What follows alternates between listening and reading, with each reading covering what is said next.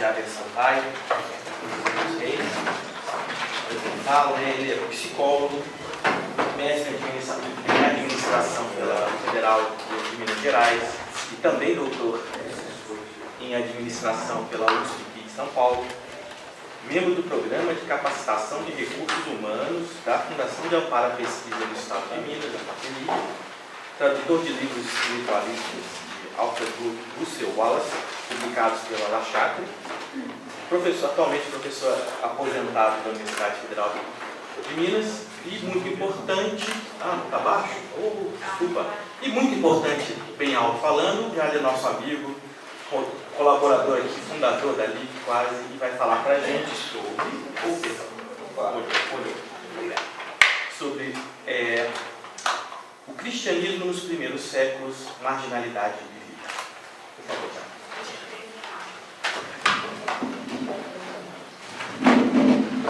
Bom dia a todos.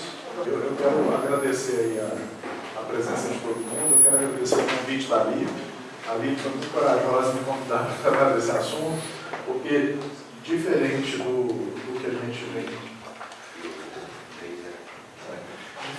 a gente vem fazendo até então na LIC, tá? Esse trabalho meu é quase um atrevimento, tá? É um início de estudo que a gente vem fazendo há mais ou menos um ano.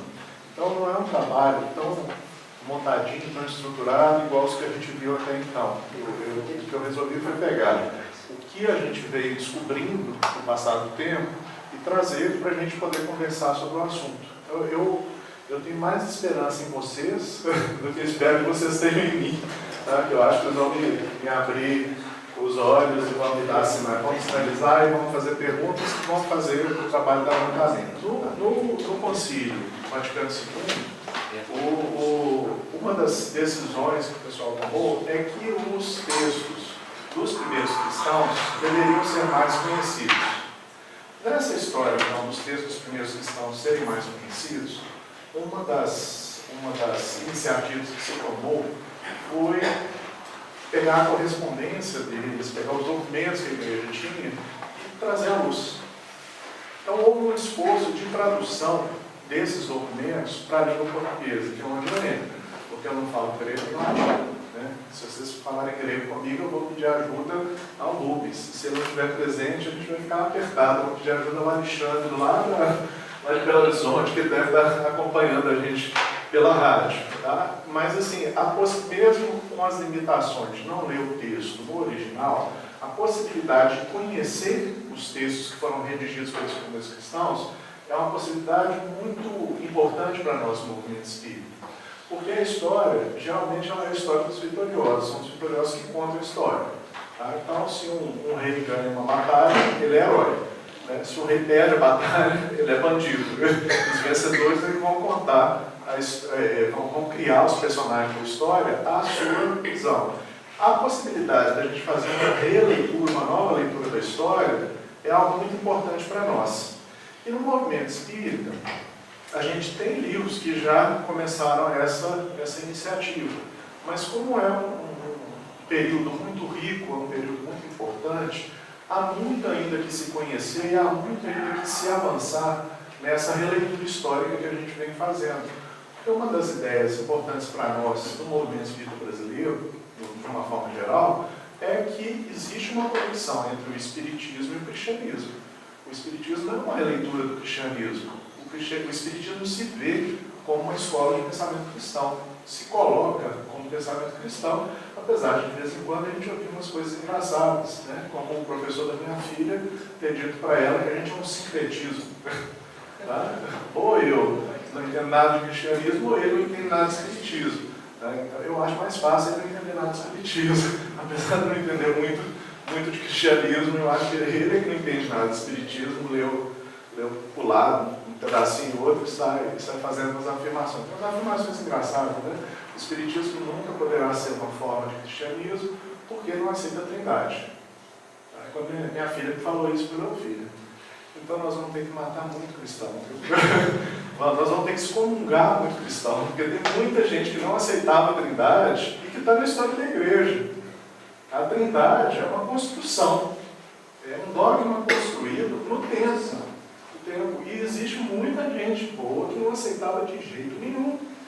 Será que seu professor não sabe disso? Um professor de religião, né, de uma escola católica e não sabe disso? Tá? Bom, mas essa é a visão. Essa e outras são as visões dominantes. Então essa que é a ideia nossa, é sair buscando. Eu queria chamar a atenção para esse símbolo aqui que vocês têm aqui em cima, que é uma das coleções que a gente está usando. É a Patrística, da Paulus, uma editora católica. Eles já devem ter uns 40 livros publicados. E eu me detive aos 3 primeiros séculos, muito influenciado por esse livro aqui, do qual a gente falava, que é a Esquina de Pedra, que na edição que eu tenho é uma edição pioneira. Essa está cheia de erros de impressão, de diagramação, mas eu achei que foi um ato até corajoso do Clarim, porque o ódio costuma ser inimigo do bom. Então, que bom que mesmo um livro com tantos defeitos chegou na nossa mão, a gente pôde ler. Eu tenho certeza que o Clarim agora deve ter uma edição bem redondinha, bem boa para esse livro. Né? Mas uma coisa que me chamou a atenção um tempo atrás, fizeram um evento em Belo Horizonte sobre Paulo e Estevão. E me pediram para falar de Paulo. E eu fui ler na história de Paulo, não no livro Paulo e Estevão, mas no livro dos Atos dos Apóstolos, que é o documento mais antigo que a gente tem falando dos apóstolos. Se não for mais antigo, é um documento muito importante que a gente tem falando da comunidade cristã primitiva. Né? E eu achei interessante como é que tem muitas coisas no livro do Atos dos Apóstolos, que até por uma questão de... Falando do Carpa, o livro do Carpa? Não, estou falando da Bíblia. Da Bíblia. Tem os quatro evangelhos. Não estou falando do Caio Bachuta. A gente pega os 4 evangelhos. Tá? O livro que segue os 4 evangelhos, que segue o Evangelho de João, o Evangelho evangélico, são os Atos dos Apóstolos. Tá? Aí eu resolvi ler os Atos dos Apóstolos. Tá? Ele é que é o documento, vamos dizer assim, original, o documento aceito, é o documento conhecido. Tá? Passou por gerações e gerações de cristãos, está disponível para nós há quanto tempo? Está sempre disponível para nós. Então, uma coisa que eu percebi foi isso. Nós, no Movimento Espírita, temos 2 obras espetaculares, São Paulo e Estevão e Esquina de Pedra. Qual que é o nosso problema? As obras são tão boas, mas tão boas, que a gente acha que são suficientes. A gente lê as 2 obras, tá? e aí fica com elas. Quando eu comecei a publicar no Espiritismo Comentado alguns textos em cima das coisas que a gente estava lendo, todo mundo disse que, você já leu Esquina de Pedra? Já, uma verdadeira admiração por esse trabalho do Wallace. Tá? Mas todo mundo só conhecia Esquina de Pedra. Ninguém conhecia os demais textos. Tá? Então, a ideia nossa é poder dar uma contribuição, dar uma continuidade ao trabalho que eles fizeram. E a gente tem uma limitação dos 2 autores, do autor espiritual e do autor encarnado, que é que eles estão fazendo literatura. Então eles têm que se dar, em determinados momentos, a licença para escrever ficção. Eles vão criar personagens, eles vão colocar personagens em determinados lugares, apesar da forte impressão que a leitura de Paulo e Estevão dá, porque os personagens são quase sempre nos lugares que a gente encontra. É um texto fortemente calcado na informação que a gente encontra no livro dos Atos dos Apóstolos. Tá? Ele está criando personagens, ele precisa dar uma dinâmica. Tá? A gente não sabe se... O Alexandre Carvalho falou que nós espíritas, em matéria de romance, nós somos hiperrealistas. Ou seja, é que a gente sempre acredita que tudo nos romances se passou como descrito. E um autor de romances, tem horas que ele tem que fazer a ficção. Ele tem que criar um personagem, tem que colocar o personagem em um determinado lugar. Tá? Então, quando a gente pega, por exemplo, os romances de Rochester, eles são tão polêmicos no meio espírita, porque ele é ficcionista, ele continuou sendo ficcionista depois de desencarnação.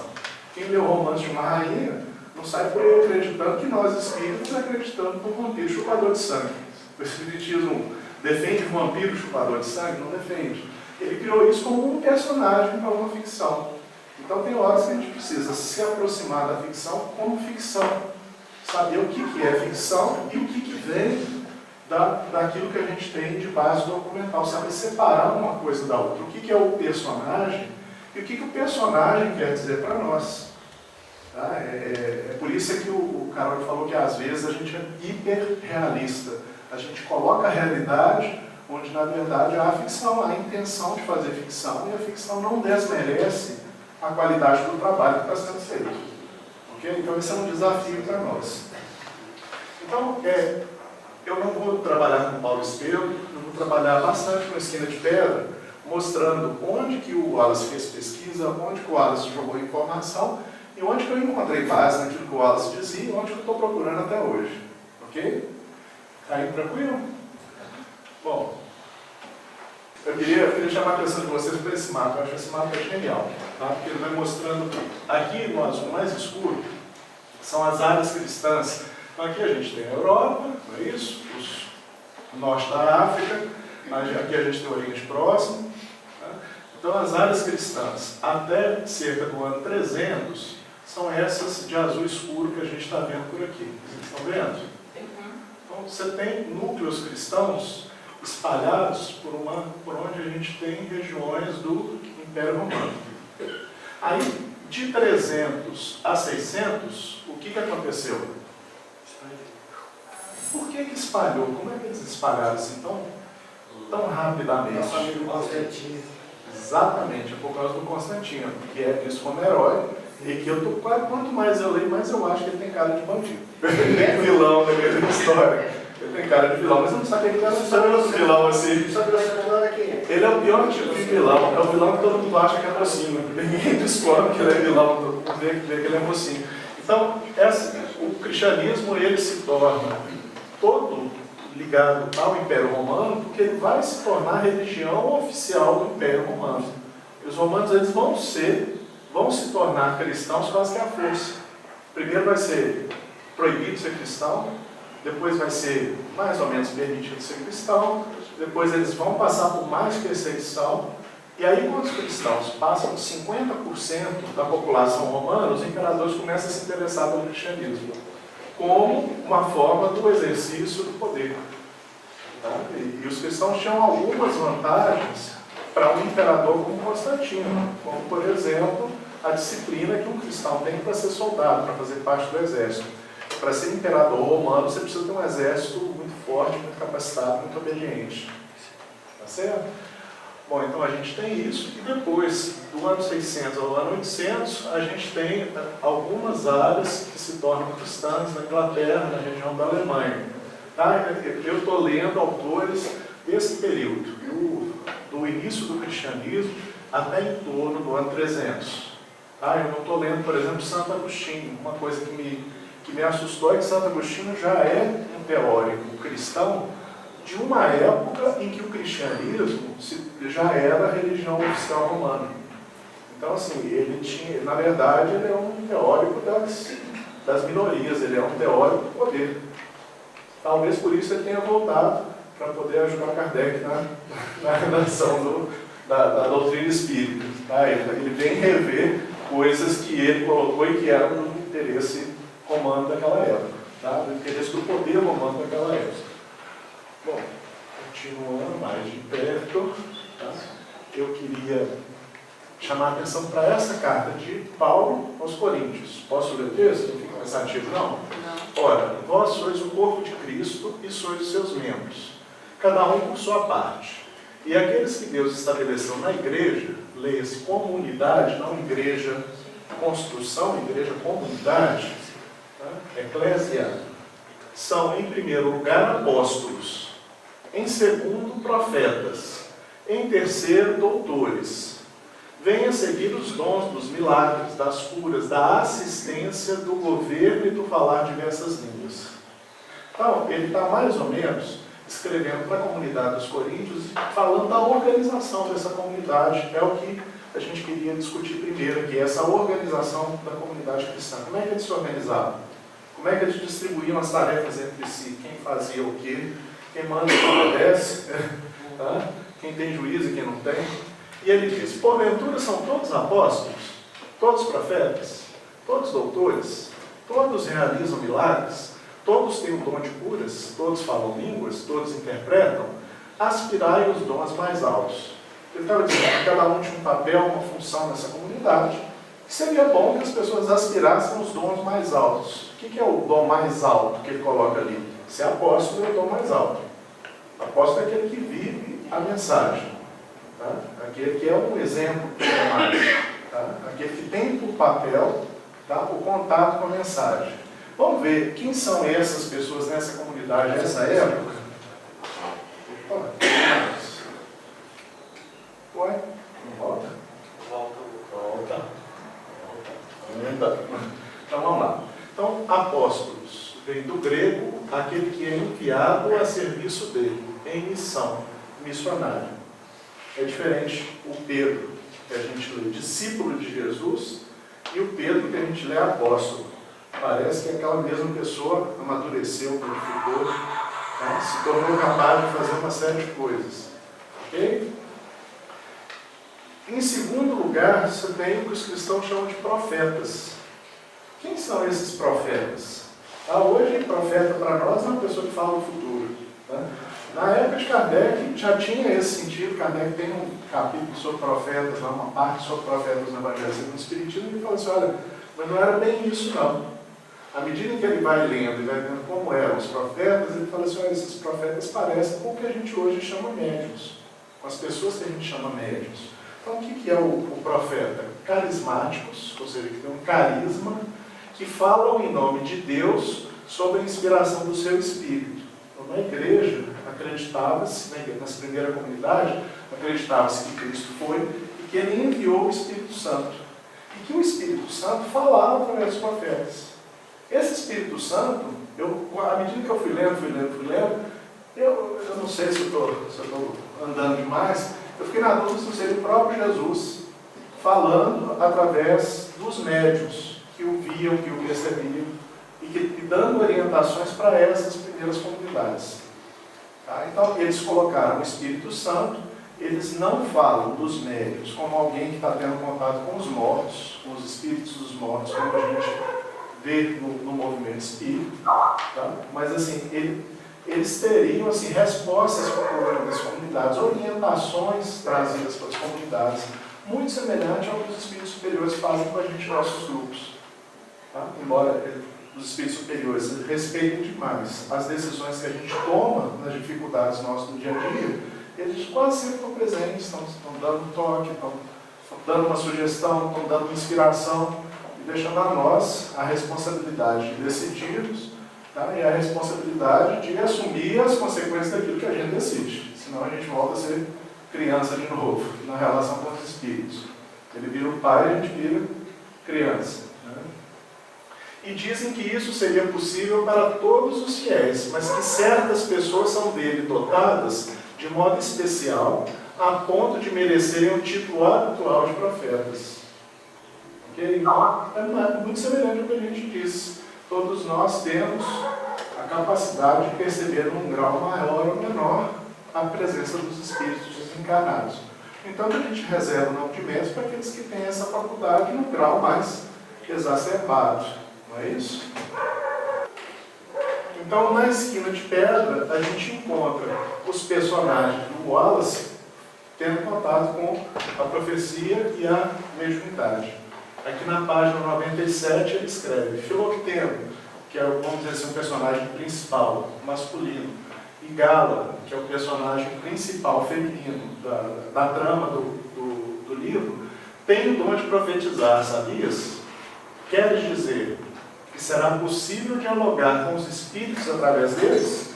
Então aqui a gente tem o Wallace interpretando a profecia como a mediunidade da forma que a gente entende. Tá? Essa é uma impressão forte que eu tive na leitura do livro.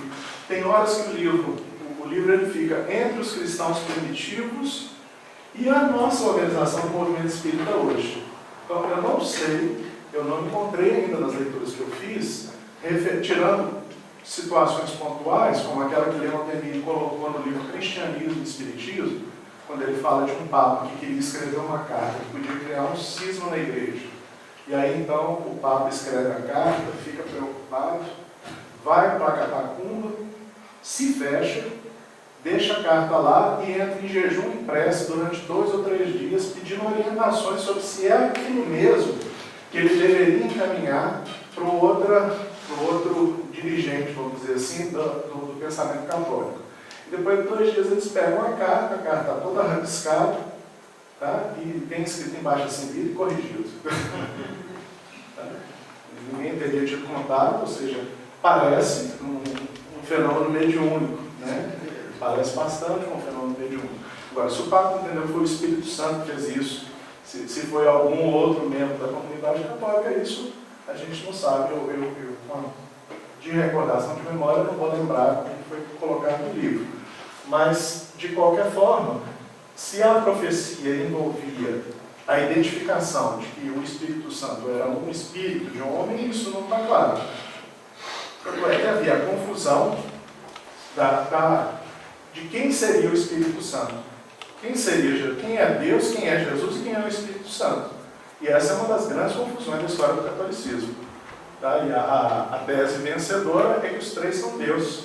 Os 3 são manifestações de Deus. E como é que Deus pode se tornar homem? Isso é um mistério. Ou seja, não vamos discutir isso à luz da razão, não. Deixa isso para lá. Tá? Decidimos isso e pronto. Tá? Isso não parece decreto-lei da nossa presidência da República, que envia para o Congresso, tá? E que vai com a força de decreto-lei.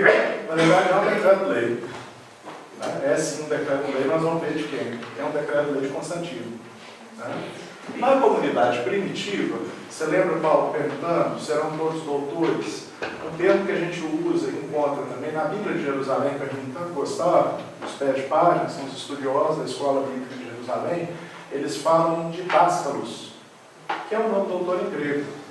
Tá? Então, quem que eram os doutores? Bom, com certeza não são os da universidade hoje. Naquela época nem existia universidade.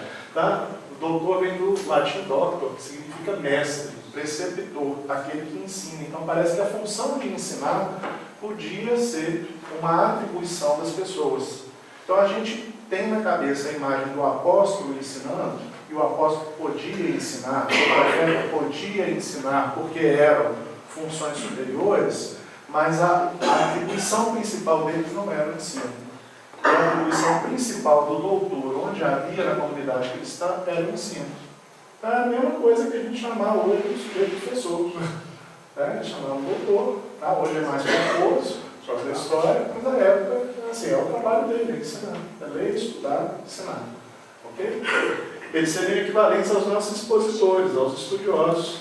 Haroldo Dutra preferiu a tradução da palavra como mestres, na tradução do Atos dos Apóstolos. Vocês conhecem o Haroldo Dutra, né? É um espírita, juiz de direito, e fez uma tradução contemporânea do Novo Testamento até o livro dos Atos. Tá? Dos 4 evangelistas, ele não teve fôlego ainda, está tendo, mas ainda não teve, para traduzir as epístolas de Paulo, de Pedro, de etc, etc.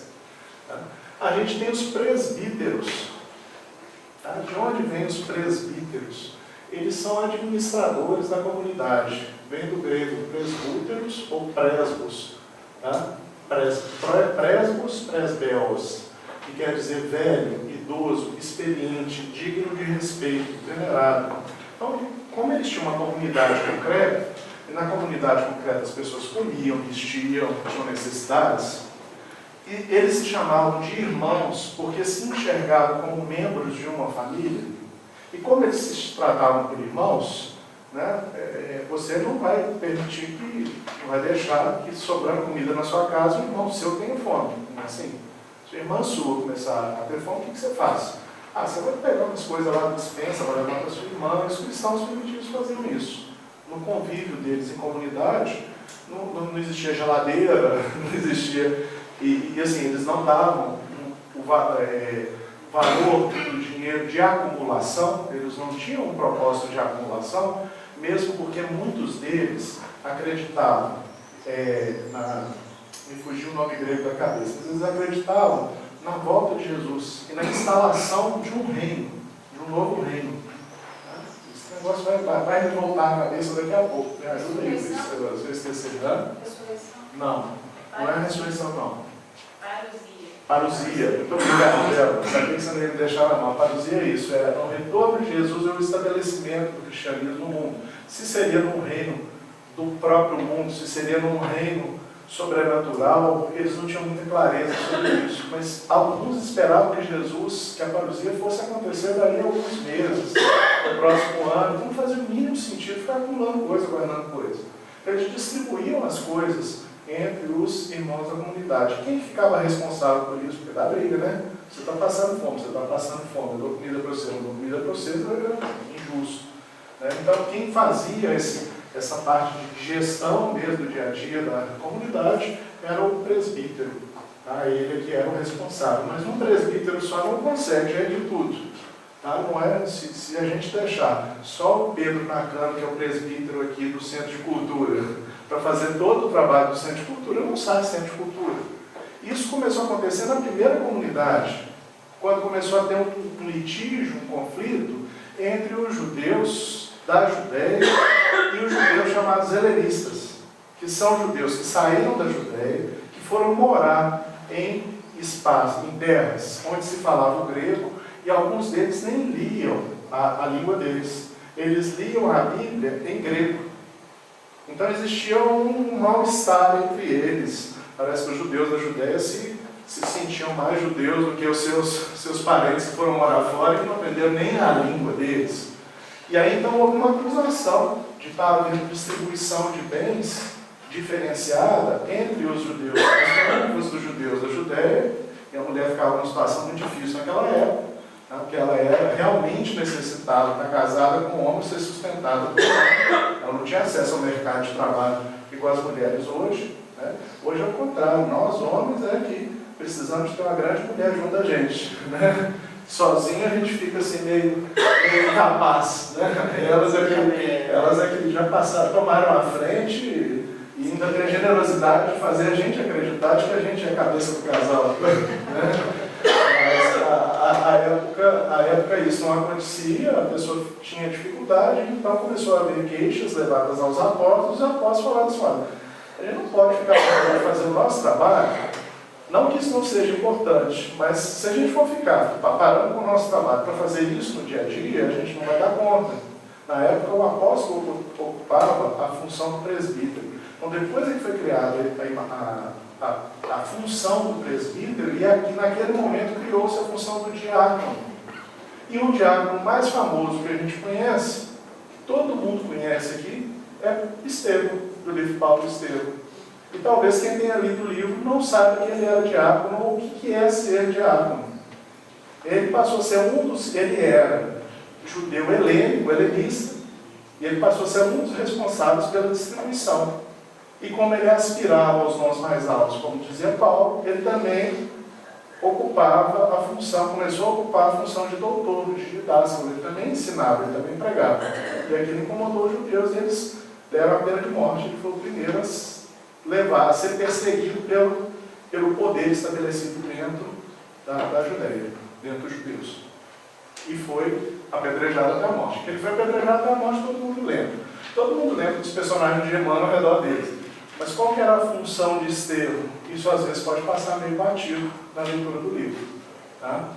Bom, como que eles escolhiam o presbítero? Então, uma outra coisa. Quem escolhe o presbítero? A comunidade. Quem escolhe o bispo? Ou é o Vaticano ou é o arcebispo, não é isso? Ou é o cardeal. É alguém superior na escada hierárquica. Quem escolhia o presbítero era a comunidade. Tá? Então aqui, na epístola de Paulo a Tito, tá? De uma das igrejas do Oriente, da região da Grécia, ele fala assim: quem que deve ser o presbítero? A comunidade deve escolher um homem irrepreensível, aqui, ó, esposo de uma única mulher, tá? E isso tem a ver com os costumes romanos e os costumes judaicos, cujos filhos tenham fé e não possam ser acusados de dissolução. Nós estamos em época de eleição, né? Já pensou se a gente usasse isso aqui? Ia ser uma falta de candidato, não ia? Olha, cara, nem de insubordinação.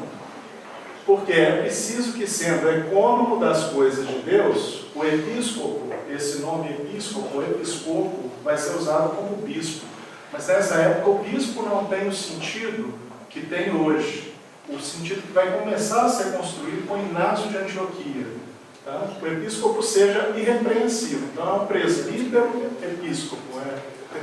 Os historiadores colocam dessa forma. Não presunçoso, aí piorou mais ainda, porque além da família começa as competências, como diria o pessoal da área de empresa hoje, né? Nem presunçoso, nem irracível, nem beberrão ou violento, nem ávido de lucro desonesto, mas seja hospitaleiro, bondoso, ponderado, justo, piedoso, disciplinado, de tal modo fiel na exposição da palavra, que seja capaz de ensinar a sã doutrina, como também de refutar os que a contradizem. Então, você escolhe, você pega a comunidade cristã, tentando viver a mensagem cristã, e aquele que melhor representa essa mensagem é o seu presbítero. Espírito puro reencarnado. É claro que eu não vou conseguir alguém que atenda a todos esses quesitos, mas Paulo está dizendo, na hora de escolher a comunidade, você não vai escolher o presbítero porque é seu amigo. Você não vai escolher o presbítero só porque fala bem. Olha como é que é importante ser honesto. Você não vai escolher um presbítero, você não vai escolher um presbítero que depois fica com uma situação difícil porque os filhos estão vivendo uma vida dissoluta. Pode ser tentado a usar as coisas para poder fazer. Né? Sim. E no livro A Espina de Pedra, o Wallace escreveu, né, descreve uma comunidade, que a gente não sabe até que ponto ele é uma ficção, em que o Adastro é o personagem que encarna isso. Em que os personagens da Espina de Pedra respeitam o Adastro por ser assim. Aí Merton vai encarnar a nova forma de organização, de gestão que o Império Romano quer trazer para a comunidade cristã. Então, né, os presbíteros episcopos ou episcopos eram escolhidos pela comunidade, podiam até ser destituídos por ela. Tinha impeachment na comunidade cristã. Okay? Começou a não trabalhar do jeito, criou uma expectativa e começou a fazer um negócio diferente, a comunidade podia destituir. E isso causava pavor dentro da comunidade dos bispos, dos presbíteros como um todo. Porque às vezes o presbítero estava desagradando a comunidade, mas ele agradava ao outro episcopo, ao outro bispo que estava numa cidade importante como Roma. Então era o interesse de Roma contra o interesse da comunidade local. É aí que vai surgir Inácio de Antioquia e ele vai tentar dar força ao presbítero e vai enfraquecer o papel da comunidade junto à escolha do presbítero. Aí ele ficou meio bandido na história. Não existe essa história de eu estou fazendo de forma meio jocosa, não existe. A gente não vai tentar transformar as pessoas em heróis e bandidos. Porque na Antioquia tem coisas admiráveis, tem decisões que a gente lamenta hoje. Pessoa como nós, tentando acertar, às vezes ele erra. Tá? Mas essa decisão de reforçar o papel, a função do bispo, a autoridade do bispo, querer submeter todo mundo à autoridade do bispo, tá? É que vai possibilitar criar uma elite dentro da igreja. Na realidade tinha missão. Que o Inácio aqui está sendo uma missão, que vai ter, o primeiro que vai ter a ideia de... Mas ao mesmo tempo não tinha, né? Inácio queria morrer em nome do Cristo. Você está disposto a morrer em nome do Cristo? Morrer Deus. Tá? Ele queria chegar na frente, ele queria desacatar a autoridade romana. Se a autoridade romana não mandar sacrificar, eu vou falar já disso daqui à frente, ele queria dizer não, eu acredito em Jesus. E ele fez isso. Né? Policarpo, que é o bispo que ele defende, é uma das cartas dele, é a mesma coisa. Eles não eram suicidas no sentido de que eu quero morrer a qualquer custo. Mas eles pensavam assim, quando chegar a minha hora, eu não quero fraquejar na minha hora. Eles acreditavam naquilo que... Sim, eles acreditavam que aquilo era mais importante até que a própria vida do corpo. Então, como é que eu não admiro um homem desse? Eu admiro, não quer dizer que eu tenho concordado com tudo que ele pensa, ok, gente? Não é? Eu vou admirar. Esse é um ato heróico, é um ato corajoso. É um ato que mexe com a gente. E se eu chegasse lá na hora, eu não sei se eu não seria dos apóstolos, né? Sacrifica para o imperador, sacrifica. Cadê? Traz aqui, vou sacrificar, pronto. Não acredito nada disso que eu fiz, publicamente. Vou continuar acreditando no que eu fiz. Tá? Era uma tentação isso. Né? Então, já falei de Inácio de Antioquia, peguei a carta dele aos esmirniotas, da comunidade de Esmirna. E ele fala, segui todos ao bispo, como Jesus Cristo segue ao Pai, ao presbitério como aos apóstolos. Respeitai aos diáconos como a lei de Deus. Ou seja, ele está dizendo, respeita as autoridades como uma hierarquia que chega a Deus. Jesus obedece a Deus. Bom, se Jesus obedece a Deus, Jesus não deve ser Deus, né? Isso não está claro na teologia de Inácio Antioquia, que é o estado de hoje. Ele obedece a Deus, é outro subordinado lá. Está lá o texto. Tá? Continua para nós aí. E por fim, a gente tinha o diácono, já falei deles, são escolhidos para auxiliar os apóstolos já na comunidade de Jerusalém, distribuir alimento, por exemplo, e depois o presbítero vai assumir essa função. Estevão foi escolhido no primeiro grupo de apóstolos, tem uma pintura à hora aí representando Estevão sendo apedrejado, morrendo em nome de Jesus. Vamos lá. Na esquina de pedra, o Wallace coloca isso, que bate bem com o que a gente vem lendo. O que sobrava, o número da página, esse númerozinho que eu coloquei antes, tá? É na página da minha edição. O que sobrava nas dispensas familiares não era retido ou levado à venda, fazia parte de uma dispensa comum. E essa dispensa comum passava por todos. Então ninguém ficava miserável, pelo menos na comunidade cristã. A comunidade cristã se socorria uns aos outros. Tem comunidades neocristãs dos dias de hoje que fazem assim. Eu tenho uma amiga que foi fazer doutorado nos Estados Unidos, chegou lá, estava vivendo de bolsa brasileira, tá? Numa época não devia ser bolsa da FAPESP, né? Aí ele estava lá nos Estados Unidos e ela era ligada à comunidade batista. Aí um belo dia o pessoal da comunidade chegou para ela e falou assim, olha, a gente fez uma análise aqui e viu que você era marido, tá? Eram doutorandos ou estavam fazendo pós-doc, fazendo alguma coisa. A gente viu que vocês é quem estão com mais dificuldade aqui na comunidade, então a gente veio trazer um alimento, um farnel para vocês, um extra para vocês. E ela ficou super grata, tá? Não se sentiu ofendida não, nesse ponto ela é cristã de verdade, tá? Então isso existe em alguns lugares, tá? Continuando. Na esquina de pedra a gente tem uma série de posições onde eu botei interrogação e que eu me pergunto, o Wallace escrevendo, falando do movimento espírita hoje, fazendo uma associação com o movimento cristão da época, ou isso acontecia no movimento cristão da época? Se acontecia, ainda não consegui encontrar nas leituras que eu fiz. Se vocês encontrarem, me passem, tá? Por favor. Então vamos lá, página 23. Os chefes de família se reuniam e elegiam um ancião de autoridade maior. Então, a escolha do presbítero, isso a gente encontrou. Página 127. Adácio eram presbos e recusaram o título de bispo que se vinculava ao paganismo. Esse romance está acontecendo no ano 300 e pouco. Então, o Inácio de Antioquia é do ano 100. Então já devia haver uma consolidação da pessoa do episcopos, bispo, dentro da hierarquia da igreja a essa época. Então talvez isso não devesse acontecer nessa época. É um anacronismo do romance dele. Página 132. Colégio para a congregação apostolar que eles haviam criado lá na época. E aí então o Wallace conhecia bem a organização romana e falou assim, mas eles estão imitando uma instituição pagã, que é o Colégio Áugulo. Tinha os áugures, que eram uma espécie de sacerdotes romanos.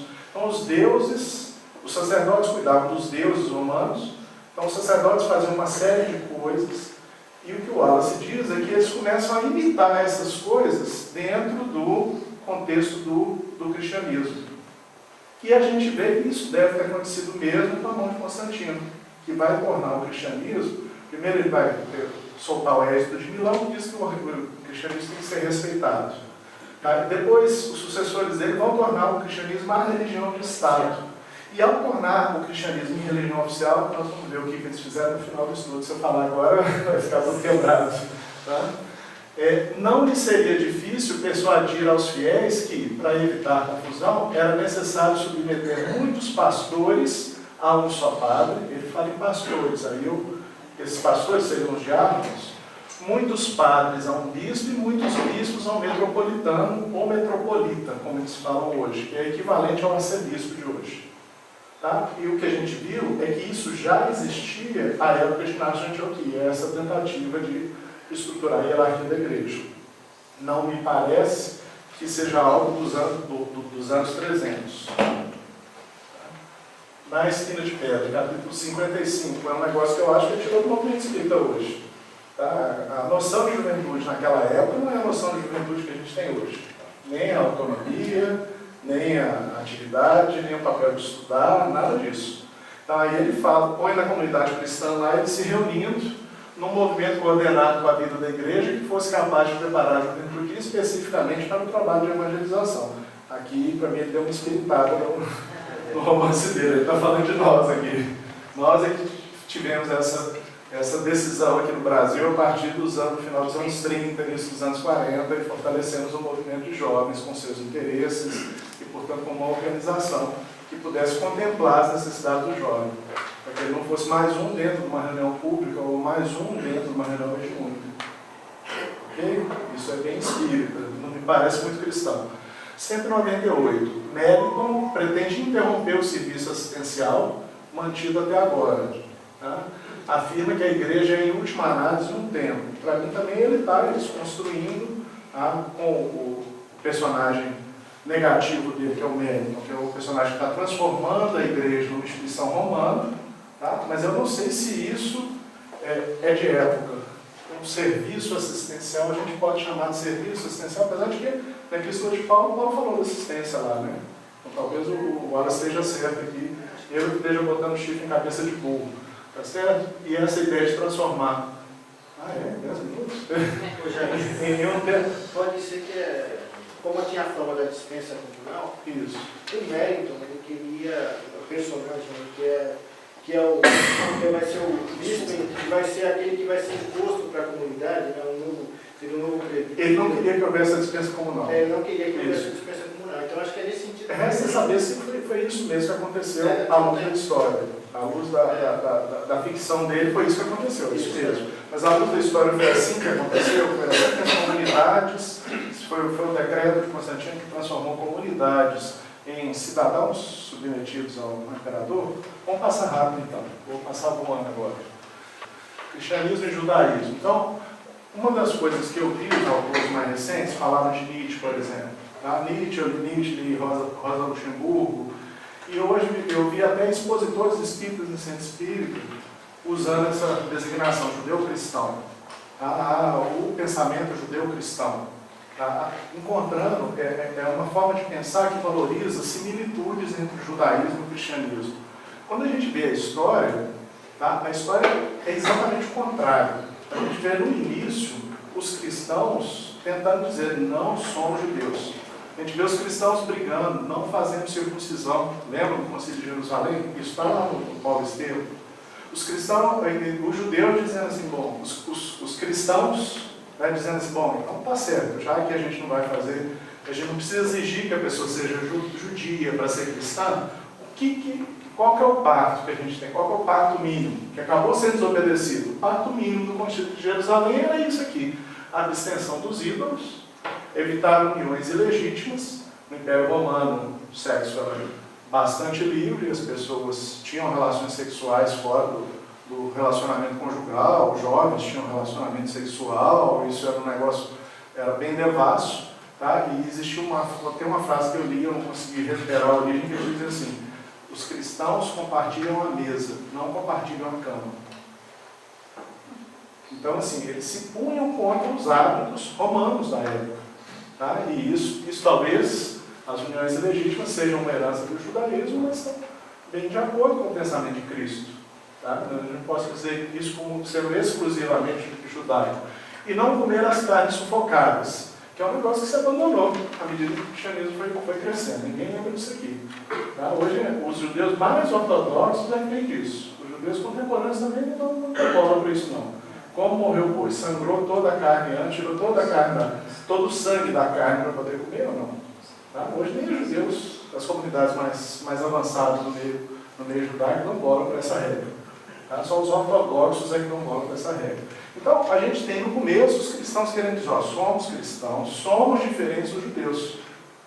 E os judeus ficavam com muita raiva dos cristãos quando teve o episódio do templo de Jerusalém. Porque eles queriam que os cristãos, descendentes de judeus, defendessem o templo contra os romanos, e os cristãos ficaram neutros. Então, os judeus deram um voto de afastamento, de não querer ter contato com os cristãos, porque eles não se interessavam pelas questões judaicas.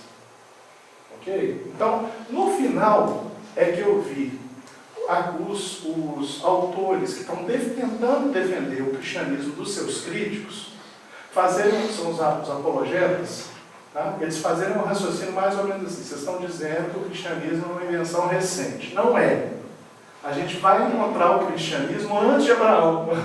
Então eles recorrem a coisas do Antigo Testamento para dizer, olha, Jesus existe antes de Abraão, Jesus já instruía a comunidade, há elementos do cristianismo muito antigos, e eu acho que o pessoal confundiu o meio de campo nessa história.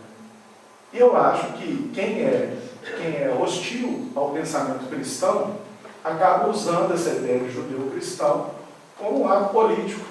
O que me assustou foi encontrar esse discurso no meio do movimento espírita, porque eu deveria conhecer um pouco mais de cristianismo do que o pessoal que está estudando lá na academia. Uma vez eu perguntei para meus alunos se eles conheciam a história de Sansão, para falar de mito. Pelo menos ninguém teve coragem de dizer que conhecia. Todo mundo teve medo de dizer que conhecia. A princípio ninguém conhecia, eu tive que contar a história. E são eles que são os construtores do pensamento cristão.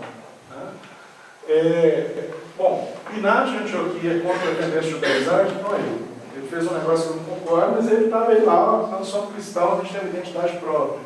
Tá? Com efeito, se ainda vivemos segundo a lei mosaica, admitimos que não recebemos a graça, que é o pensamento cristão. Tá? É absurdo falar de Jesus Cristo ao mesmo tempo judaizar. Não foi o cristianismo que acreditou no judaísmo, e sim o judaísmo no cristianismo, pois nele se reuniu toda a língua que acredita em Deus, ele escrevendo os magnérios. Tá? Então, assim, cristianismo e judaísmo eram duas coisas diferentes. Tá? Falar em judeu cristão é forçar uma barra danada, na minha opinião. Tá? Então, você tem uma construção de identidade cristã. Um dos autores que eu estou lendo é esse, que já é da época do Constantino. Eusébio de Cesaré, que tem a mais antiga história eclesiástica que a gente tem notícia. Tá? Foi escrita por um cristão. Então, vamos passar por isso aí. Tá? O judaísmo dos apologistas vão passar, a gente já falou disso. Os dogmas. Então, o desafio da comunidade cristã primitiva que eu enxerguei são esses três aqui. Primeiro, como interpretar os ensinamentos de Jesus. Jesus veio e ensinou uma série de coisas. O que foi mesmo que ele falou? Isso era um conflito para eles. E eles não tinham uma resposta única. E os diferentes cristãos se debatiam com os ensinamentos que eram passados para eles. E outra coisa, eles não tinham a Bíblia que a gente tem. Quem que fez essa Bíblia que a gente usa hoje, irmãos? Jerônimo. E o que Jerônimo falou, segundo Leon Denis, quando ele foi fazer esse trabalho? Sob encomenda do Papa. O Papa Bebê falou assim, tem muitos textos atribuídos a Jesus e aos apóstolos, eu quero que você escolha aquele que todas as comunidades irão usar. O que o Jerônimo falou, você lembra?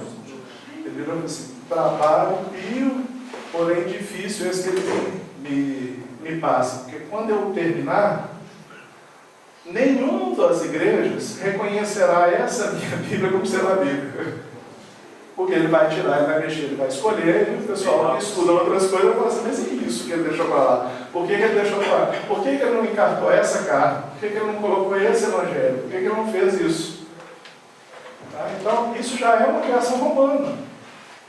Tá? A Bíblia que a gente tem é uma criação romana. É o imperador romano querendo colocar o cristianismo dentro de uma linha que ele pudesse legislar e controlar o cristianismo sobre ela.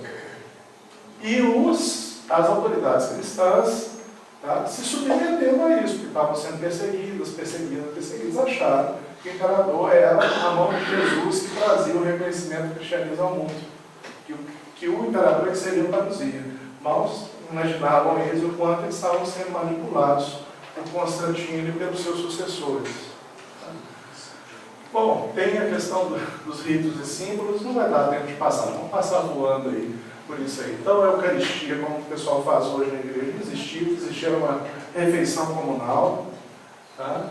Tem aí as coisas.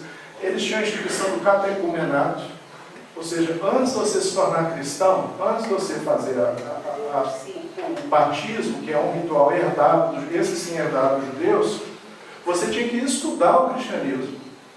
você não se batizava sem conhecer o cristianismo. Tá? Ou a gente esqueceu disso, né? Hoje tem um monte de gente que se diz espírita sem conhecer o pensamento espírita. Não é? Isso a gente devia lembrar. Continua. A gente está adiantado o tempo, acho que se quiser pegar mais uns 10 minutos. Eu tenho 50 slides, vamos passando voando. Tá? Os 10 minutos eu vou gastar desse jeito aí. Tá? A questão do jejum, que era um hábito judeu, e que na carta de Barnabé, não o Barnabé de Paulo, esse outro Barnabé do século I, ele está falando assim, que tipo de jejum a gente deve fazer? E aí ele é totalmente contrário a fazer o jejum formal, o jejum de não comer alimento. Ele é a favor da gente fazer um jejum que desata todas as amarras da injustiça, desfaz as cordas dos contratos iníquos, envia os oprimidos em liberdade, rasga toda escritura injusta, reparte teu pão com os famintos. Se vês alguém nu, veste, conduz para a tua casa os desabrigados. Se vês algum pobre, não o desprezes, não te afaste dos membros da sua família. Eis o jejum que eu escolhi. Já faz uma segunda leitura num rito absolutamente externo e que ele dava um sentido completamente cristão, totalmente não reconhecido pelos judeus da época. Se falar com Barnabé, que ele é judeu cristão, Barnabé desencarna de novo. Não vai aceitar isso de jeito nenhum. Continua, vai passando. O texto é lindo, fica para a próxima, para o futuro. Aí eu já estou mais próximo de Constantino, eu li um bocado. No início, no ano 100, eu estou lendo um bocado agora em torno de Constantino. Aí começam as coisas, né? Bispos vestidos em púrpura. Por que os bispos, até hoje, tem a faixa púrpura que eles usam aqui, ou que eles usavam aqui assim, no manto deles? Porque a púrpura era uma dignidade romana dos senadores, era a elite romana. Então, quando o cristianismo foi considerado possível pelo Constantino, o Constantino tomou uma série de ações que estão escritas em cartas. Uma delas foi essa. Ele transformou os bispos numa elite social. Eles tinham a mesma honra de um senador, na distinção de Constantino. Aí eu lembrei muito de um texto do Irmão X, onde um espírito pergunta por que o espiritismo não era a maioria na sociedade. E aí então, ele dorme e começa a sonhar o que seria se o espiritismo fosse maioria na sociedade. Aí sai mostrando os conflitos do espiritismo com as coisas da política dos homens. E aí a pessoa acorda assustada, fala assim, não, vai acontecer isso tudo com a gente. Tá? Foi o que aconteceu com os cristãos. Eles vão se tornar uma elite dentro do Império Romano. E tem as marcas de virar elite romana até hoje. Até hoje a gente encontra essas marcas. Eu vou mostrar algumas para vocês. Então tem a púrpura. Tá? Pode ir. Esses são os senadores aqui. Vocês estão vendo que ele tem essa marca aqui. Essa cor aqui é púrpura. Você tem a púrpura para os bispos. E você tem um vermelho muito forte, que tem um outro nome que eu esqueci, que é o que os cardeais usam. Que também é uma distinção. Só o imperador romano vestia-se todo de púrpura. E o homem mais simples não tinha nenhuma púrpura na roupa. Aí daí os cristãos éramos o povo, perseguido, minoria. Não éramos escravos. E aí a gente virou elite, virou púrpura. Então, esse cristianismo do Constantino não é o cristianismo do Cristo, não é o cristianismo da comunidade primeira cristã. Ele fez uma reengenharia. Ele fez uma péssima reengenharia do pior tipo. Tá? Ele fez uma cooptação, como a gente falaria em história, não é isso? Vai para a missa. De onde vem a missa? Tá? Então, nos personagens da Esquina de Pedra, tá? Você tem uma briga por qual que é o sentido original da missa, mas o sentido mais possível, eu vi lá pela gramática do latim, é esse, iter missa est. Ou seja, o pessoal fazia, antes era uma reunião da comunidade. O pessoal vai transformar essa reunião da comunidade num ato ritual, templário, do templo. E iter missa est significa, pode ir embora que acabou. Se manda. Mais ou menos isso. Vai embora. Até os católicos eles sabem que existe esse significado e têm medo de assumir. Preferem assumir um outro que não tem, de missa, que não tem esse sentido, que é um sentido grosseiro. Vocês estão aqui para assistir, acabou. Se vocês não entenderam que acabou, vão embora. Iter missa essa. Tá? Viagem com extrema unção. Aí o personagem do Wallace diz assim, mas o viático não são as merendas e refrigerantes que ofereçam aos hóspedes, são provisões para a viagem. No latim antigo, quando morria um romano, tá? No culto pagão, o que eles faziam com o romano? Você se lembra? Eles pegavam 2 moedas e colocavam sobre os olhos. Para que serviam aquelas moedas? Para pagar carote. Para pagar carote, que ia atravessar. Tá? Então, a extrema unção, o viático, é uma substituição desse rito. É um refazimento desse rito com a cara toda cristã. Tá? Segundo o Wallace. O litus, que até hoje o patriarca, os superiores da Igreja Ortodoxa ainda usam, era um instrumento dos álcores romanos, dos sacerdotes pagãos. Eles usavam o litus, que é essa vara redonda aqui, tá? Que curvo, para poder delimitar o que é res sacra, o que é o espaço sagrado. Ele passava o litus e o espaço virava sagrado. Então, a partir de hoje, o espaço é espaço templário. Tem nada a ver com o bordão de pastor. Isso é uma reapropriação, é uma mudança de significação. Então, os personagens do Wallace, eles veem o Meryton usando o litus e eles ficam assim, ué, o que a gente virou? Nós viramos pagãos? Como assim? Tá?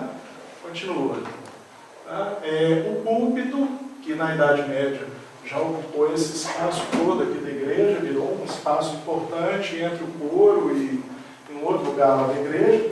Mas assim, no romance do Wallace, quando o chefe da comunidade começou a pregar de cima de um lugar, eles falam assim, mas esse é o púlpito do teatro, isso aqui é um teatro? Então ele põe na boca dos personagens esse estranhamento de um ato teatral dentro do que antes era uma comunidade. E que não fazia o mínimo sentido transformar o ensino num ato teatral. Vamos lá. A hóstia. Tá? O velho costume romano de oferecer sacrifícios sangrentos fez com que se chamasse hostia. Ab hóstibus sedentes ao animal sacrificado antes. Presta bem atenção. Antes de qualquer coisa ser alcançada com graça dos deuses, chamava-se vítima, victis, hóstibus, ao animal sacrificado depois como agradecimento. As hóstias romanas eram os carneiros e os cordeiros, as vítimas, os bois e os burros. Então ele vai mostrando que houve uma mudança entre um ato pagão para um culto cristão. Um culto cristão pagão. A questão do Jesus como Redentor, vamos para frente. A batina, essa sotaina negra que os bispos usam, era do culto de Mitra, que era outra religião importante nos romanos na época, e que o Constantino fez o favor de trazer ao meio cristão para que os mitraístas não se sentissem desconfortáveis no meio cristão.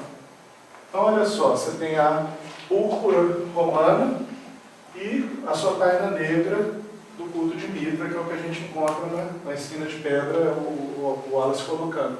Ele chamava Eirocoraces, vem de corax, que quer dizer corvo. Tá? Os lugares de onde, como foi a evolução da reunião dos cristãos.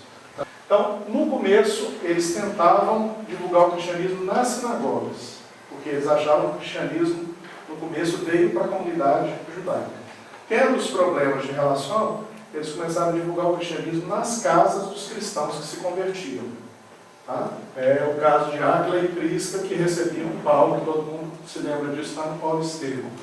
Depois, em Roma, como o cristianismo foi considerado criminoso e os cristãos por morte, eles começaram a se reunir nas catacumbas. E era um negócio tão grandioso que a gente chegou a ter 42 catacumbas com galerias de 100 a 150 quilômetros construídas assim abaixo da Via Ápia. E algumas catacumbas com 2 andares. E eles desenhavam nas paredes e eles usavam as catacumbas também para enterrar os mortos, porque os romanos queimavam seus mortos. E possivelmente alguns cristãos primeiros acreditavam na ressurreição dos corpos. E os judeus também tinham o hábito de não queimar os corpos, mas de enterrar os corpos, foi o que aconteceu com Jesus, se lembra? Tá? Então, a reunião era feita nas catacumbas e elas eram iluminadas a óleo a velas e óleo de querosene, não é querosene, é um óleo de oliva que queimava. E aí dizem os historiadores que hoje tem as velas no altar em memória desses cristãos. Eu duvido um pouco, mas tudo bem, vocês estão falando, existia mesmo essa iluminação, porque eles estavam debaixo da terra. No século III, não volta lá, Alexandre, no século III, já na época de Constantino, aí começaram a surgir templos. Não tinha templos. Constantino começou a dar dinheiro para os cristãos construírem templos. Tá? Uma das primeiras igrejas, um templo, construção mais antigo que eu encontrei, é a Igreja dos Quatro Santos Coroados. Santo quer dizer cristão, nada mais que isso, é um sinônimo de cristão. Eles foram coroados porque eles foram condenados à morte, a morte deles eles colocavam uma coroa com pregos e batiam os pregos do cérebro lá dentro. Então os quatro eram mártires e a comunidade foi dedicada à memória deles. Mas era uma casinha pequenininha. É Constantino tentando criar um espaço social delimitado dos cristãos para concorrer com os templos pagãos, que é algo que não existia até o século III. Tá? Aqui eu tenho os desenhos das catacumbas, vão para frente, tá? Uma catacumba por dentro, com uns lugares onde possivelmente eles podiam colocar corpos, tá? Umas imagens dela. Essa é a Igreja dos Quatro Santos Coroados. Já é do século III, ela é do ano de 314, e hoje é administrada por monges agostinianos. De minoritários a perseguidos pelo Império, eles vão se tornando elite. Tá? De perseguidos a elite. Vamos passar um ano por isso aqui. É o Policarpo sendo crucificado. As perseguições são essas aqui, as oficiais. Tá? Nero, em 58, que Tácito diz que Nero perseguiu os cristãos porque tentou culpá-los pelo incêndio de Roma. Tá? Se Nero botou fogo em Roma, não sei. Tá? Mas essa é a historiografia oficial. Depois, Domiciano, de 81 a 96, fez com que os cristãos fossem expoliados do seu bem e executados por ateísmo. Como assim, cristão ateísta? É porque quem era Deus na sociedade romana? Quem era o Deus mais importante ali naquele momento? O imperador. O imperador era tratado como divindade. Então, os outros deuses são da mesma patota que ele, e ele é divindade. Então, ao não aceitar o imperador como divindade, tá? Então eles são ateus. Como assim não me aceita como divindade? Eles são divindades, são ateus. E aí por isso é que eles foram para as catacumbas. Em 98 a 117 você tem a perseguição de Trajano, que puniu ateus convictos que não deviam ser procurados. Mas se alguém se dissesse cristão, aí ele podia ser levado a sacrificar o imperador. Se ele não sacrificasse o imperador, morte. Tá? E ele libertava os apóstolos. Então, a história oficial fala muito dos mártires, mas fala pouco dos apóstolos. Muitos cristãos não tiveram coragem quando chegou lá na hora. Você sacrifica, não precisa de mais nada, eles sacrificavam. E houve conflitos dentro da comunidade cristã entre os apóstolos e aqueles que eram mártires. E eu entendo os dois lados. Você vira e fala assim, como que um apóstolo pode continuar se dizendo cristão? O outro morreu no cristianismo, ele negou o cristianismo, então o donatismo, por exemplo, era contra, e por ele colocava todo mundo fora. E não aceitaria jamais que um apóstolo pudesse vir a se tornar um presbos dentro de uma comunidade, ou um bispo dentro de uma comunidade. Agora, tinha gente que tinha uma posição mais moderada, gente. Pelo amor de Deus, olha a situação que estava. Não quer dizer que ele não possa se arrepender, que não possa mudar. Nós somos cristãos, Deus não pediu para a gente perdoar. Tá? Não quer dizer que ele vai ser Maria, vai com as outras sempre. Então você tem esses conflitos dentro da comunidade. Tá? Então a gente tem Trajano, depois a gente tem Marco Aurélio, que foi onde morreu Policarpo Irineu, de 161 a 180, execução de 50 cristãos no motim de Leão. A gente tem Décio, que perseguiu em todo o império, baixou o negócio, perseguiu todos os cristãos, isso já no ano 249 a 251. Valeriano, que seguiu Décio, manteve o exílio ou trabalhos forçados em Minas e decreto de pena de morte para quem não sacrificasse. Olha o tanto de gente que... E eles diziam assim, que o cristão nascia com o sangue do cristão. Porque esse ato de morrer por Jesus era visto pelo romano como um ato heróico. Quem que morre por Roma é o soldado, morre por Roma. Se eles morrem por Jesus, eles não são pouca coisa. Então eles diziam que com os mártires, aquilo mexia na sociedade romana, aquilo mexia no romanismo das pessoas. E muitos procuravam, queriam saber quem eram os cristãos depois disso. nós temos Galiano em 286, que massacrou a legião tebana. A legião tebana toda se converteu ao cristianismo e mandou matar todos os membros dessa legião. E a gente tem Diocleciano, que fez a grande perseguição já na véspera de Constantino.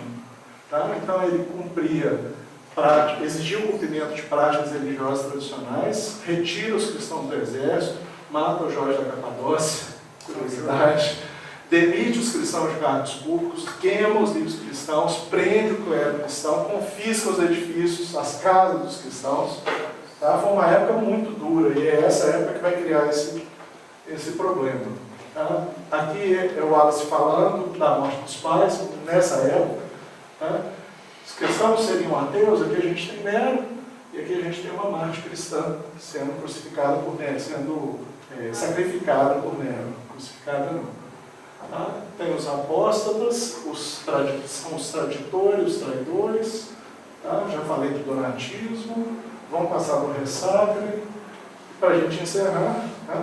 As discussões ficaram são essas. Então, a história hoje é contada como se a organização da igreja tivesse ênfase na tradição e na centralidade dos bispos. Os bispos são importantes porque eles têm acesso ao conhecimento original do cristianismo, como os apóstolos pensavam. E quando a gente vai lendo os autores, a gente vê que não existe isso. Não há como sustentar essa ideia de que tem um conhecimento ortodoxo do cristianismo que foi preservado e passado de um bispo para o outro. A gente sabe que isso não existe, por quê? Porque os bispos de diferentes momentos na história têm entendimentos diferentes do cristianismo. Tá? Então isso é uma conversa para a gente acreditar que eles têm um conhecimento acima do conhecimento do dia a dia. O conhecimento cristão é um franco debate sobre o que foi mesmo que o Cristo nos ensinou. E é isso que foi afogado pelo Constantino. Tá? A doutrina é uma história de construção dos dogmas vista como uma construção de dogmas e destruição de heresias, tá? que é como a gente lê hoje, também não é assim. O arrianismo, ele viveu até 300 anos depois de Constantino, mesmo sendo perseguido. Então, a história da doutrina cristã é uma história polêmica, de discussões, muito viva. E é isso que a gente tem que ver. Até que ponto a gente não encontra elementos do cristianismo, do espiritismo, no cristianismo nascente, no cristianismo vivo, não no cristianismo morto por Constantino. A política, a leitura da política dá ênfase aos mártires e à fragilidade da análise do papel do Estado romano na cooptação de cristãos. Mas quanto mais eu leio, mais eu vejo que não foi isso que aconteceu. Não é os mártires que fizeram fazer valer o reconhecimento dos cristãos na sociedade romana. Houve um interesse do governador, do imperador de Roma, em que o cristianismo se tornasse uma religião única. E ele transformou essa religião numa religião que tivesse as crenças definidas, que fosse tudo certinho para a gente poder ver quem é e quem não é. Ele não aceitava essa religião com as polêmicas. Ele suplantou as polêmicas. Então, se alguém inventou o dogma, a gente deve isso a Constantino nas leituras que eu fiz até então. Ele que inventou os dogmas. Ele é que deu força a essa ideia do dogma dentro da evolução do pensamento cristão das igrejas. E a gente propõe uma forma alternativa de contar a história, de ler essa história, de contar essa história. É isso aí. Desculpa aí.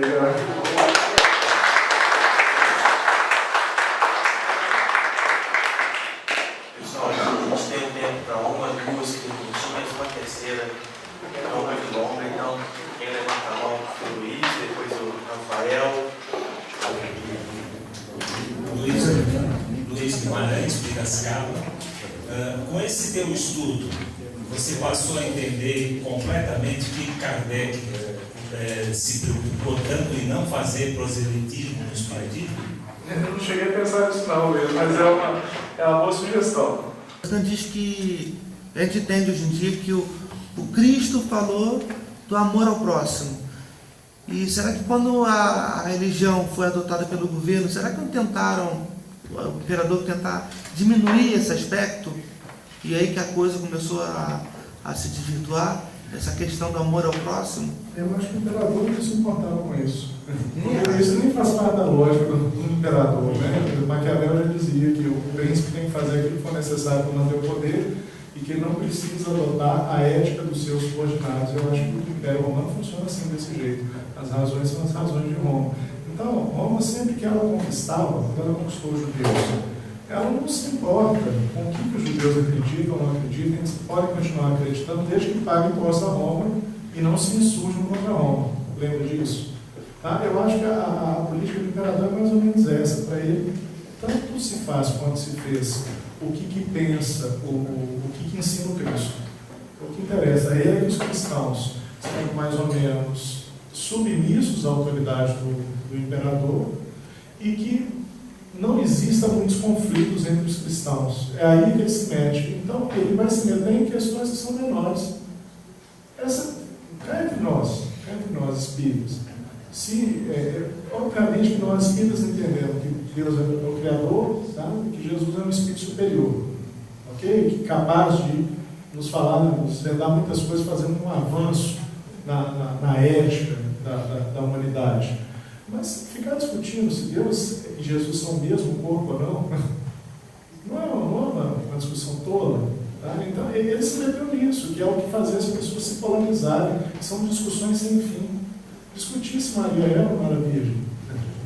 Tá? Interessa o imperador na medida em que você possa enxergar Maria como quase uma semideusa. Tá? Mas, assim, a essência do cristianismo, eu acho que você tem toda a razão. O imperador é indiferente à essência do cristianismo. A ele importavam os pontos que poderiam gerar dificuldade de controle dos cristãos. E foi eles em que ele transformou em dogmas.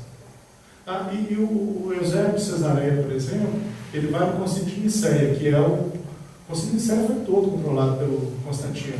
Eusébio de Cesareia não acreditava nas coisas que ele assinou no Concílio de Nicéia, tanto é que ele escreveu uma carta, ele era ariano, ele escreveu uma carta para a igreja dele, justificando o que ele plantou.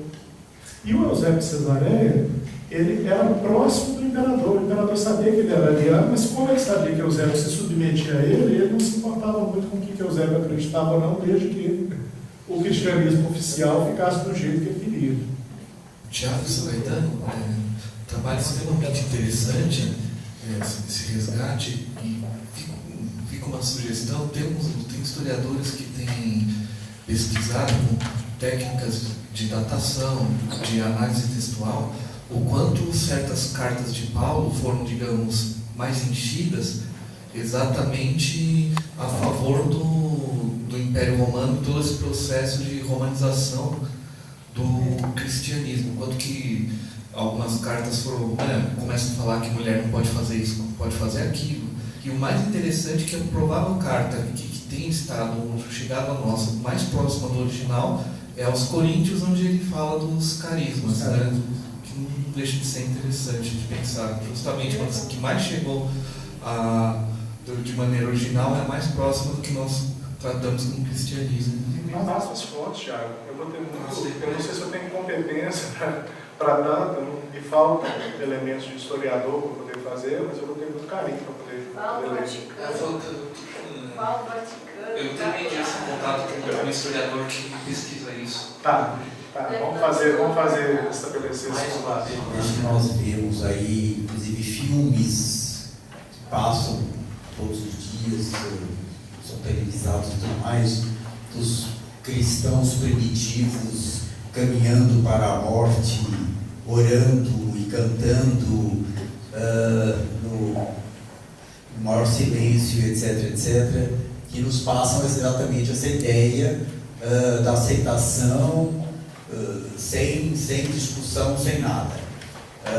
Isso eu acho que transmite uma ideia, uma coisa de interesse e de muito interesse dos nossos Césares atuais. Será que à época não havia o mesmo interesse? À época não havia exatamente esse pensamento de transformar esse povo num povo que aceite qualquer tipo de imposição? Não houve essa intenção, essa ideia de transformar? Não sei. No século I, tem um livro que ficou conhecido, é um romance também, então a gente tem que dar uns contos, que é Quo Vadis, do Henrique Sienkiewicz. Então, ele cria um Nero, tá? Mas ele tem base em pesquisa histórica. Mas não é bem um romance histórico, não pode chamar de um romance totalmente histórico. Mas é interessante o romance do Sienkiewicz, porque assim, o Nero queria dizer Roma é toda poderosa. Então, um espetáculo de circo é mais ou menos isso. Veja como nós, romanos, somos poderosos. Veja como que aqueles que se levantam contra Roma, como eles são tratados. Então, uma das coisas que o Sienkiewicz chamou a atenção é dos romanos cantarem durante a morte. Porque assim, resistência física contra o soldado romano, contra o exército romano, é tolice. Não há como fazer resistência física contra o império romano que é treinado para matar. Mas é uma máquina de fazer carne. Então, eles fazem uma resistência moral. Ao invés de eles se sentir desesperados, desalentados diante da morte, que é o espetáculo que o imperador queria oferecer ao público romano. Veja o que acontece com os inimigos de Roma. Eles entraram cantando para morrer. Ou seja, eles não se dobravam a Roma. Os imperadores começaram a ficar preocupados, porque assim, sacrifica por você. Então, a resistência possível era não sacrificar. E aquilo causava uma impressão imensa no meio dos romanos. Gente, ele vai morrer, por que ele não sacrifica? É só sacrificar. Aquilo incomodava. Então, assim, houve uma resistência dos cristãos com as perseguições. Na verdade, elas acabaram fazendo com que os cristãos fossem vistos pelos romanos, que até então eles eram mais um como outro qualquer, de um povo subordinado. Mas esses atos de heroísmo diante da morte, tá? Isso tocou os cristãos. E eu acho que o César, faltam cristãos dessa estirpe nos dias de hoje. O César de Modesto não tem esse tipo de resistência. O pessoal quer fazer a resistência política sacando da espada, tá? E se voltando contra o exército. Sacando da espada e se voltando contra o exército, ele não vai conseguir fazer resistência nenhuma.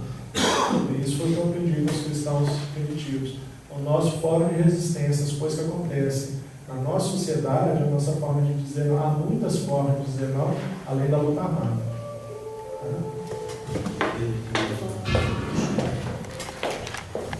Já a gente poderia dizer que seria válido aquele ditado que diz: se você não pode com o inimigo, alice a ele.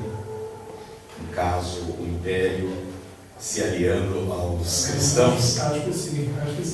O imperador viu que, como a maioria dos subordinados eram cristãos, tá, era melhor cooptar do que. Foi uma decisão política fria. Essa é a impressão que eu tenho do Constantino. Foi uma decisão política mesmo. Olha, já que a maioria dos romanos já são cristãos, nada de ficar proibindo, correndo atrás. Quanto mais eu tenho que matar, pior para mim, eu vou matar os meus cidadãos.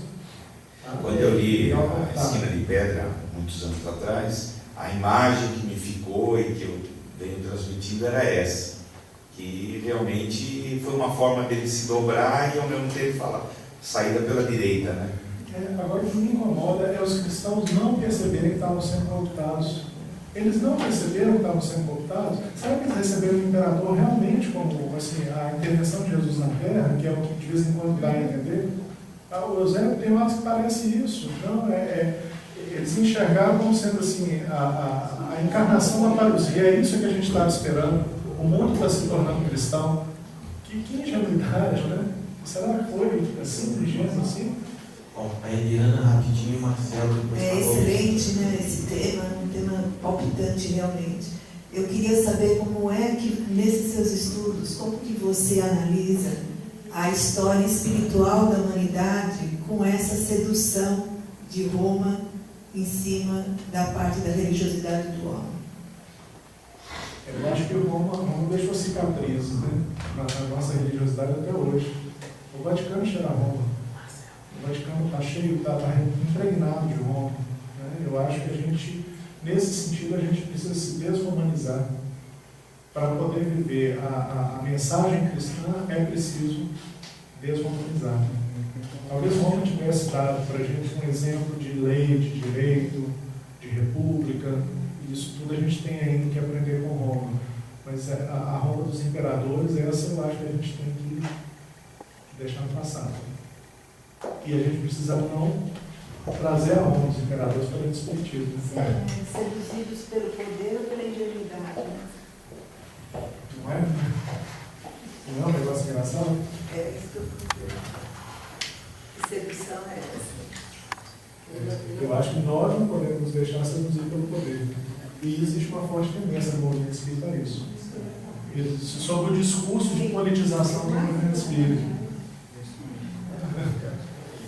Isso vai doer muito comumente. Já deu. A gente sabe que a preocupação de Roma era política. Esse livro faz alguma menção em relação aos cristãos sobre condição econômica, cultural, financeira e até política das pessoas ou não? Qual dos livros, Marcelo? Você está falando esse principalmente que você está fazendo essas referências todas aí da... Na